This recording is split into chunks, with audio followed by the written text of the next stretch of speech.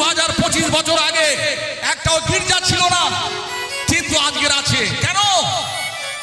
এবার আপনাদের শ্রীমদ্ ভাগবত কি বলছে শুনুন। পৃথিবীতে যা কিছু ধর্ম নামে চলে, হ্যাঁ, ভাগবত কহে তাহা পরিপূর্ণ চলে। একমাত্র ধর্ম যেটা সৃষ্টি হয় না, জন্ম হয়েছিল ব্রহ্মলোকে। বুঝতে পারছেন? আমাদের মতো মাছ মাংস খেয়ে তারা এই ধর্মটাকে খুঁজে পায় না। তারা সাত্বিক ছিলেন, তারা ধার্মিক ছিলেন, তারা ন্যায়ের প্রতীক ছিলেন, সততার প্রতীক ছিলেন।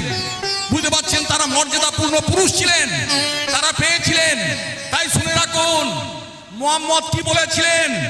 হ্যাঁ, 1400 বছর আগে বলেছিলেন, আমি ভগবান নই, আমি আল্লাহর বান্দা। বান্দা মানে চাকর। মুহাম্মদ বলছেন, যদি আমার কোনো মুসলিম ভাই থাকো, তোমরা শুধু এটা ভালো করেই জানেন, হ্যাঁ, তোমাকে ভাই বলে বলছি, আর আপনি আগে নয়, ভালো করে জানো যে মুহাম্মদ বলেছিলেন আমি আল্লাহর বান্দা। বান্দা মানে চাকর, আমি ভগবান নয়। আপনাদের খ্রিস্টান বলেছিলেন আমি ঈশ্বরের দূত। দূত মানে চাকর, আমি ভগবান নই, ভগবানের দূত।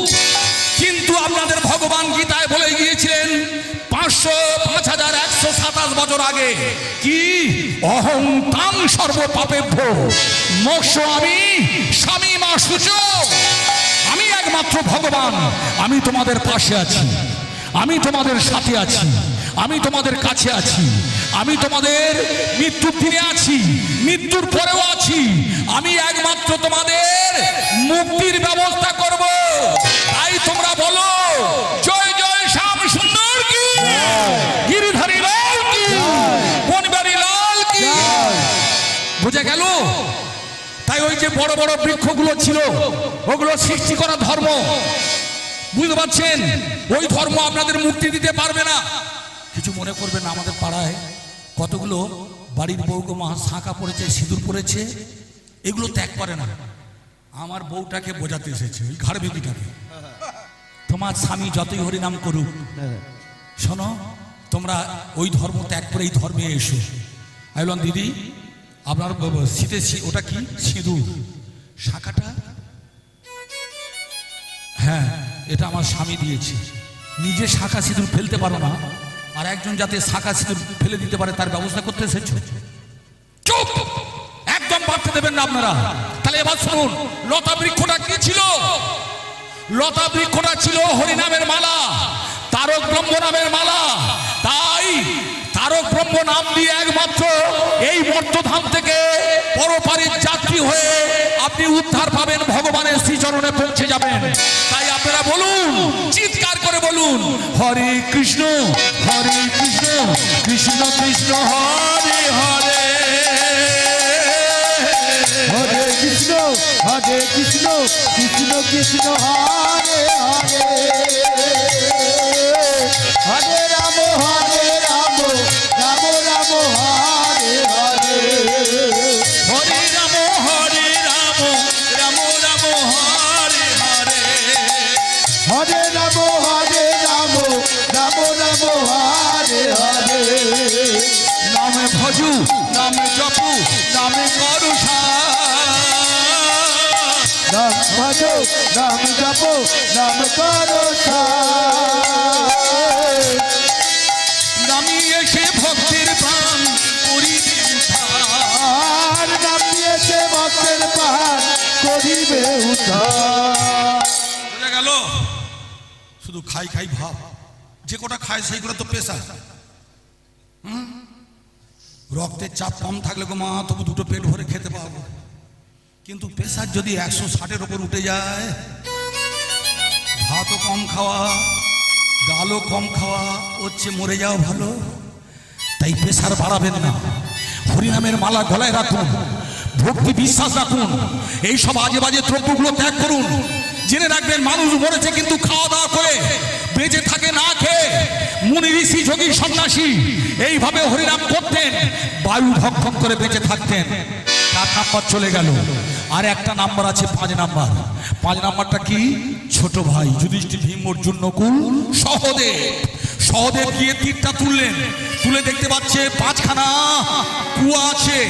ওই 5খা কুয়ার মধ্যে 4টে কুয়ার জল মাগো উঠছে পড়ে যাচ্ছে। তার পাশে একটা ছোট কুয়া, সেই কুয়ার জল শুকিয়ে মরে। ভগবান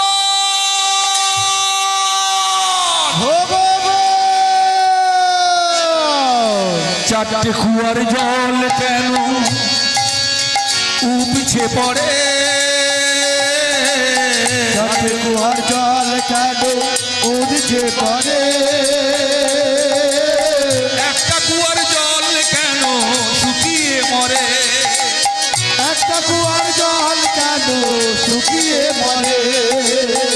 ও ভগবান ও মধুসূদন বলো বলো এর কি কারণ, ও ভগবান ও মধুসূদন বলো বলো এর কি কারণ। এর কারণটা শুনুন মা। আমরা কলিকালে জন্মগ্রহণ করেছি, ভাই ভাই ঠাঁই ঠাঁই। আপনার যদি কোনো বিপদ হয়, আমি এখন কলকাতায় যাদবপুরে থাকি, আপনার ঘরে আগুন লাগলে আমি আসবো, আপনার পাশের ভাইটা আসবে। কিন্তু আমরা এমন অবস্থায় মধ্যে আছি, ভাই ভাই কথাবার্তা নেই। যেদিন আইলা ঝড় হয়েছিল সেদিন আপনাদের কুমির বাড়ির প্রসাদদাকে ফোন করেছিলাম রাত 1টার সময়। দাদা শুধু কাঁদছিল, কথা বলতে পারে না। সাগরদ্বীপ, নামখানা, কাকদ্বীপ, কুমির বাড়ি, সজনেখালি, বিধবা পল্লী একটার পর একটা জলের তলায় চলে গিয়েছিল। তাই আমি আপনাদের বলতে এসেছি, বিপদ যখন তখন আসতে পারে। কিন্তু 5টা ভাই ছিল, 4টে ভাই উঠে দাঁড়িয়েছে, অবস্থা ভালো। ছোট ভাইটা মারা গেছে, তার স্ত্রী একটা মাত্র সন্তান, খেতে পায় না, অসুস্থ হয়ে পড়েছে। সেই ছোট ভাইপোটা করেছে কি, বড় জেঠার মশাইয়ের কাছে গেছে। ও জেঠু, মা 1 মাস খায় না, 2টো চাল দেবে? কেন? ফুটিয়ে ভাত রান্না করব, মাকে খেতে দেবো। শুধু ভাত কেউ খেতে পারে? বেরো বেরো বেরো। হাত ধরে বার করে দিলেন। মেজো জ্যাঠামশাই তাই করলেন। সেজো জ্যাঠামশাই মারলেন। সানো জ্যাঠামশাই তার স্ত্রীকে দিয়ে বললে, ওকে মারতে মারতে, ঝেঁটা দিয়ে মারতে মারতে ঘর থেকে বার করে দাও।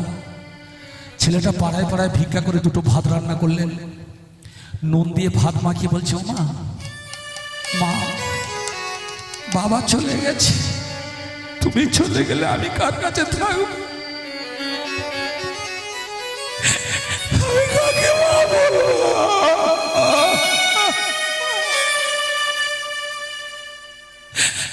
নুন মাখানো ভাত মায়ের মুখে তুলে দিচ্ছে, কিন্তু মা তো তখন মারা গেছে।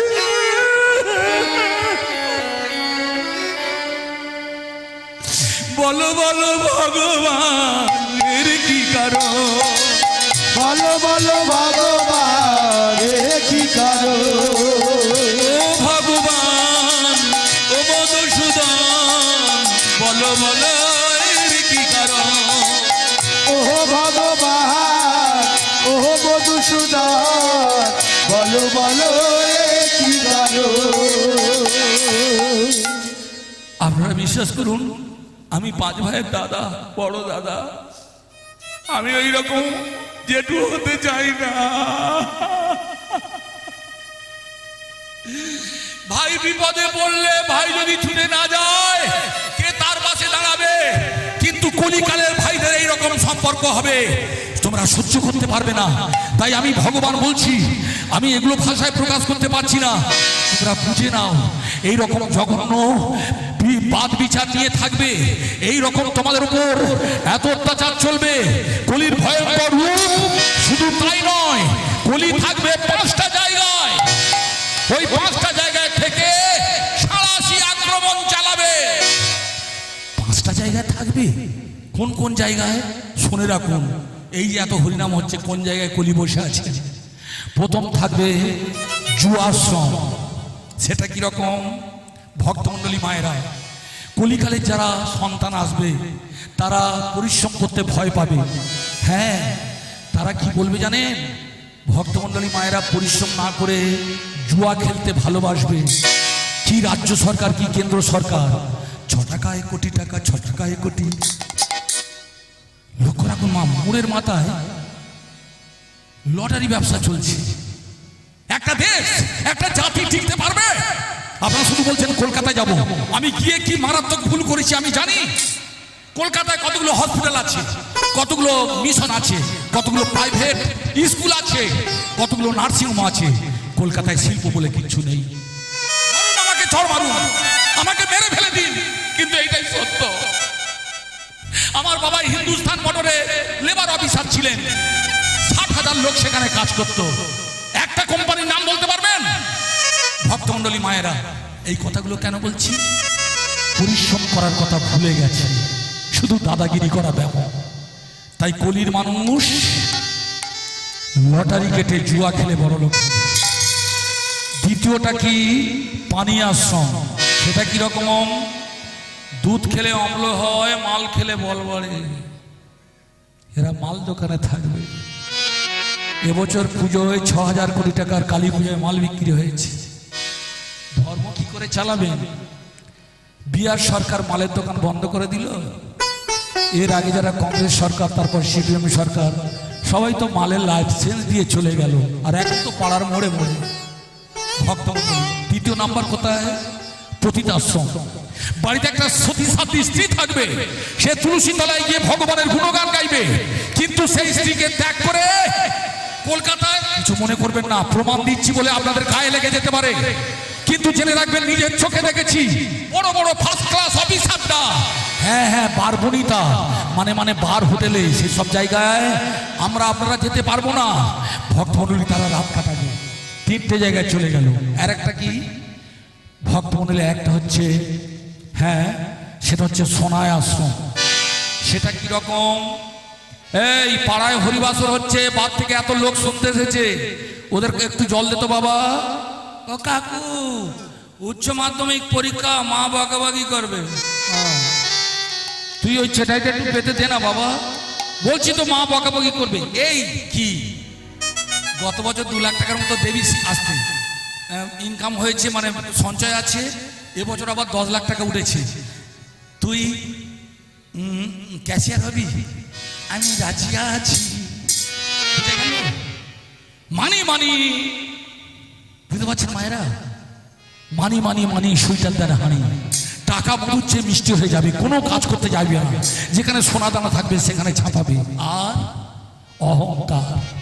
অহংকারটা কিরকম? পাড়ায় যত সভা হয়, মিটিং হয়, এই বিটকেলগুলো কোনটা সরকারি রাস্তা জানে? আপনি গেলেন হারকিন জেলে, ও বাবা তোরা মিটিং করছিস, ওই পাড়ার ওই রাস্তাটা সরকারি রাস্তা, এগুলো নয়। বাঁশ পাগলে সরু, মানুষ পাগলে গরু। তাই বয়স্ক লোকের আর কোনো সুযোগ থাকবে না, সবাই বিটকেলগুলো দায়িত্ব নেবে। এই 5 জায়গায় থাকবে, 5 জায়গায় থেকে খুলে সারাশি আক্রমণ চালাবে। তাহলে আপনারা কিভাবে মুক্তি পাবেন? এবার শুনে রাখুন কিভাবে মুক্তি পাবেন। তাই 500 বছর আগে নদিয়ার ছেলে নিমাই বুঝতে পেরেছিলেন। তিনি বলেছিলেন আমি ওদের জন্য ব্যবস্থা করব। 9 মান দুষ্কৃত মুড়া পাপদন্তে অবজানন্তি মাঘ মুড়া ভজস্যে মাং বুধা মামে বৈশাখী যুক্তই বমাত্মানং মৎপরায়ণ। তার মানে আমার গুণগান করো। তোমরা বলবে নামে রুচি জীবে দয়া বৈষ্ণব সেবা, নামে রুচি জীবে দয়া বৈষ্ণব সেবা। কলিকালে লিয়া ধর্ম শোনো সনাতন, কলিকালে লিয়া ধর্ম শোনো সনাতন।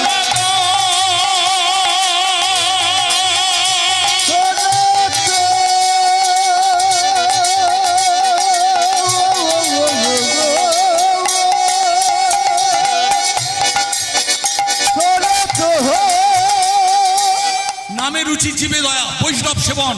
যারা গলায় মালা পরেছেন, মালার কাজ করতে গেলে কতগুলো কথা মনে রাখতে হবে মায়েরা, ভালো করে শুনে নিন। ভগবান গীতায় 5টা মারাত্মক উক্তি করে গেছেন, মহামূল্য বাণী বলে গেছেন। কর্ম করে যান, ফলের আশা করবেন না। এই যে আমি গান গাইছি, আমি কি জানি ওরা কত কি দেবে বছর, কিন্তু আমি জানি কাজ করলে ফল পাবো। বলো, যে কোনো মালিক হোক মনের মতো যদি কর্মী পায় ঠিক তাকে ধরে রাখবে। এত কীর্তনিয়া তো আসে। আমার দাদা প্রতি বছর কেন আমাকে খোঁজে জানো মা? ওরা আমায় ভালোবাসে। আমার মা বলে বারবার তোকে ডাকে কেন? তুমি জানো না মা ওরা কত ভালো। আমি কাজ করি, আমার দাদা সন্তুষ্ট হয়, তাই আপনি কাজ করুন। উপরে যে বড়দাদা আছেন, যিনি পরম পিতা, পরম মাতা, পরম দেবতা, তিনি ফল দেবেন। তাহলে কাজ করুন, কর্ম করুন, ফলের আশা করবেন না। দ্বিতীয়টা কি? মনটা নিয়ন্ত্রণ করুন। বুঝতে পারছেন মায়েরা, ভক্তমণ্ডলী? মনটা যদি নিয়ন্ত্রণ করতে পারেন অবশ্যই আপনার মুক্তি হবে। 3 নাম্বার, ভগবান সর্বদা সর্ব অবস্থায় সর্বস্থানে অবস্থান করেন, তার মানে ভগবান আমাদের পিছনে আছেন। 4 নাম্বার, ভক্তমণ্ডলী মায়েরা, ধৈর্যের চেয়ে বড় শক্তি কিচ্ছু নেই। শুধু অপেক্ষা করুন, লড়তে হবে না। আজকের যে রাজা কালকের ফকির, আজকের যেটা তালপুকুর কালকের ঘটি ডুববে না। আজকে যারা রাজা আছে এমনিতেই পটল লাগায় যাবে। আর একটা কথা, সেটা কি জানেন? সেটা একদম শেষ কথা, সময়ের মূল্য দিন। এই যে আজকের হরিবাসর হরিনাম শুনছেন, জেনে রাখবেন জীবনে কটা দিন এই সুযোগ পাবেন। তাই চেটে পুটে যতটুকু হরিনাম শুনবেন মন প্রাণ দিয়ে, ততক্ষণ